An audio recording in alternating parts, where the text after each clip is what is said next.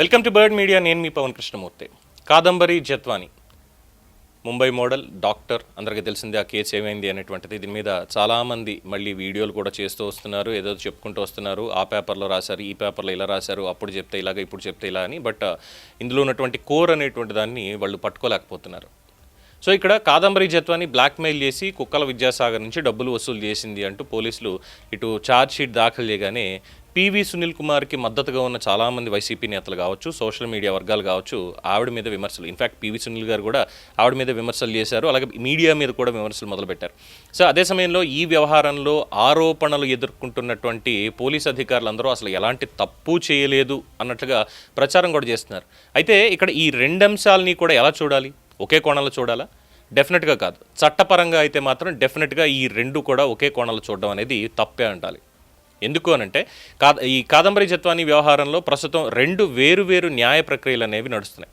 మొదటి కేసులో కుక్కల విద్యాసాగర్ ఫిర్యాదు ఆధారంగా ఆవిడ మీద బ్లాక్మెయిల్, ఆర్థిక లావాదేవీలకు సంబంధించిన ఆరోపణలు ఇవన్నీ కూడా ఉన్నాయి. ఇక రెండో కేసులో మాత్రం ఆమెని అక్రమంగా నిర్బంధించడం, చట్టవిరుద్ధంగా వేధించడం, విధి విధానాలని ఉల్లంఘించడం, ఇలాంటివన్నీ కూడా పోలీస్ అధికారుల మీద ఆరోపణలు ఉన్నాయి. ఒక కేసులో ఆమె నిందితురాలు కావడం వల్ల ఇంకొక కేసులో పోలీసుల చర్యలు ఏమైనా చట్టబద్ధం అయిపోతాయా? ఆటోమేటిక్గా చట్టబద్ధం అయితే డెఫినెట్గా అవ్వం. ఒక కేసులో నిందితుడు ఇంకో కేసులో వచ్చేసరికి విచారణ జరగాలి అన్నప్పుడు ఇమీడియట్గా దీంట్లో కూడా సేమ్ అక్కడ అందులో నిందితుడిగా ఉన్నాడు కాబట్టి దీంట్లో మన ఇష్టం వచ్చింది చేసేయచ్చు అంటే ఎవరు ఒప్పుకోరు కదా. సో మొదటి కేసులో సిఐడి సవరించినటువంటి ఛార్జ్ షీట్లో సుమారు ₹1,32,00,000 ఆర్థిక లావాదేవీలు, అలాగే బెదిరింపులకు సంబంధించినటువంటి ఆరోపణలు ఇవన్నీ కూడా నమోదు చేయడం జరిగింది.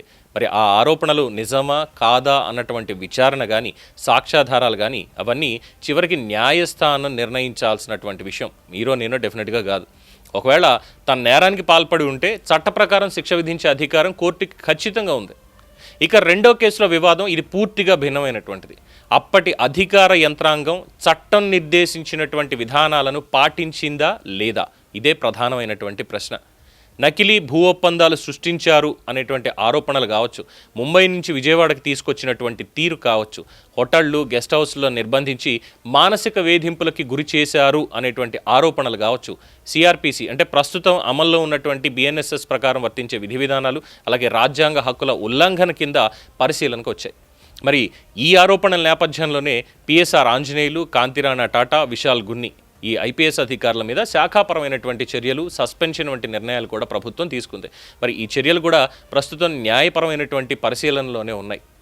చట్టం ముందు ఇక్కడ అందరూ సమానులే.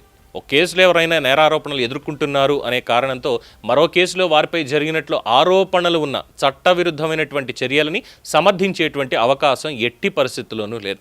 పోలీసులు నేరాన్ని దర్యాప్తు చేయాలి, కానీ ఆ ప్రక్రియ కూడా చట్టం నిర్దేశించినటువంటి పరిమితుల్లో జరగాలి. నేరం చేసిన వ్యక్తి శిక్షణ ఇచ్చి తప్పించుకోకూడదు. ఇదే సమయంలో అధికార దుర్వినియోగానికి పాల్పడిన వాళ్ళు కూడా చట్టం ముందు జవాబుదారీగా ఉండాలి. కాబట్టి ఇక్కడ కాదంబరి జత్వానిపై ఉన్నటువంటి ఆరోపణలు ఒక కోర్టు పరిధిలో తేలాల్సినటువంటి అంశం. ఆమెను అక్రమంగా నిర్బంధించారు అనే ఆరోపణలు మరో విచారణ తేలాల్సినటువంటి అంశం. ఈ రెండు కేసుల్ని కలిపి ఒకదాంతో ఒకటి సమర్థించేందుకు చేసే ప్రచారం అయితే న్యాయపరంగానే కాదు, నైతికంగా కూడా ఎక్కడా నిలబడదు. చివరికి ఇక్కడ నిజానిజాలు తేల్చేది రాజకీయ ప్రచారమో, మీడియానో, లేదంటే ఇష్టం వచ్చినట్టు మాట్లాడేటువంటి అనలిస్టులు వీళ్ళు కానే కాదు. చివరికి న్యాయం జరగాల్సింది ఏ కేసు అయినా, అది ఎక్స్టార్షన్ కేసు అయినా, లేదు క్రిమినల్ ఇంటిమిడేషన్ అయినా, ఏదైనా సరే న్యాయస్థానమే అల్టిమేట్గా ఇక్కడ తీర్పు చెప్పాల్సింది. దాని ముందు జరగాల్సింది కేవలం విచారణ మాత్రమే, అది కూడా చట్ట పరిధిలో జరగాలి. నిజంగా ఇక్కడ రెండు విషయాల్లో కూడా రెండు పాయింట్లు మాట్లాడుకోవాలంటే, కుక్కల విద్యాసాగర్ అప్పుడు ఫిర్యాదు ఇచ్చాడు. ఇన్ఫ్యాక్ట్ అసలు ఆ కేసు కూడా ఎక్కడ మీడియాలో కాదు కదా, ఎక్కడా కూడా రాలేదు. ఎందుకని రాలేదు? ఎందుకని దాచిపెట్టారు అలాగా? సో ఇంక దాని వెనకాల ఉండేవి వేరే ఉండొచ్చేమో. సరే పక్కన పెడదాం.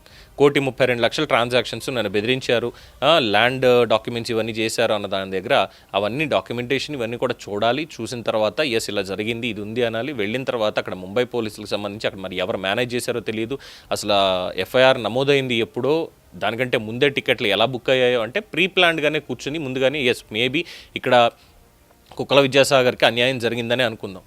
అన్యాయం జరిగినంత మాత్రాన ఓకే, కుక్కల విద్యాసాగర్ రేపు వచ్చి మన కంప్లైంట్ ఇస్తాడు కాబట్టి మనం ఈరోజే వెళ్ళిపోయి అక్కడ టీమ్స్ని సెట్ చేసేసి వాళ్ళందరినీ కూడా తీసుకుని వచ్చేయచ్చు. ఇక్కడ సిఐడి చాలా బలంగా చెప్పింది, సవరించినటువంటి ఛార్జ్ షీట్ ప్రకారం కూడా ఇక్కడ కేవలం ఇది 1-1 మాత్రమే, అంటే కుక్కల విద్యాసాగర్ వర్సెస్ కాదంబరి జత్వాని అనేది మాత్రమే ఉంది. అందులో వాళ్ళ తల్లిది కానీ తండ్రిది కానీ లేదంటే వాళ్ళ సోదరుడిది కానీ ఎటువంటి ప్రమేయం లేదు, దానికి ఆధారాలు కూడా లేవు అనేది చాలా స్పష్టంగా చెప్పింది వాళ్ళ ఛార్జ్ షీట్లోనే. మరి అక్కడ ఎందుకని చెప్పి ఈ చట్టం గురించి మాట్లాడరు? మరి వాళ్ళని ఎందుకు తీసుకొచ్చారు?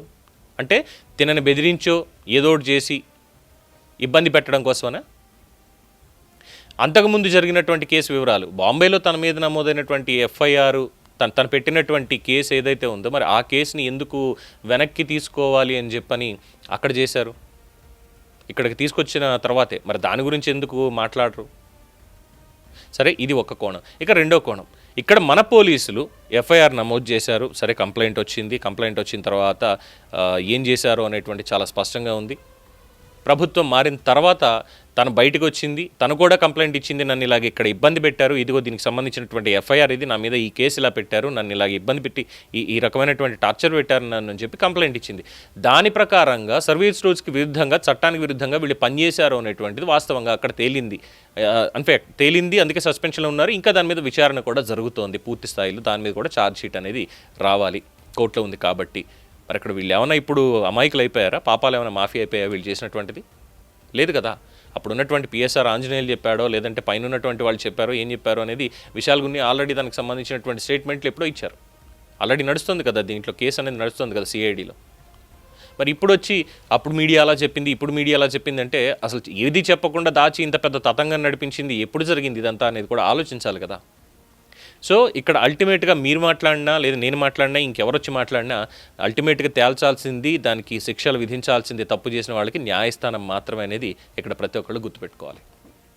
దీని మీద మీ ఒపీనియన్ తెలియచేయండి. చూస్తూనే ఉండండి ది బర్డ్ మీడియా. ఈ వీడియో మీకు నచ్చినట్లయితే లైక్ చేయండి, షేర్ చేయండి, సబ్స్క్రైబ్ చేయండి. మరిన్ని అప్డేట్ల కోసం మా వాట్సాప్ ఛానల్ను ఫాలో చేయండి.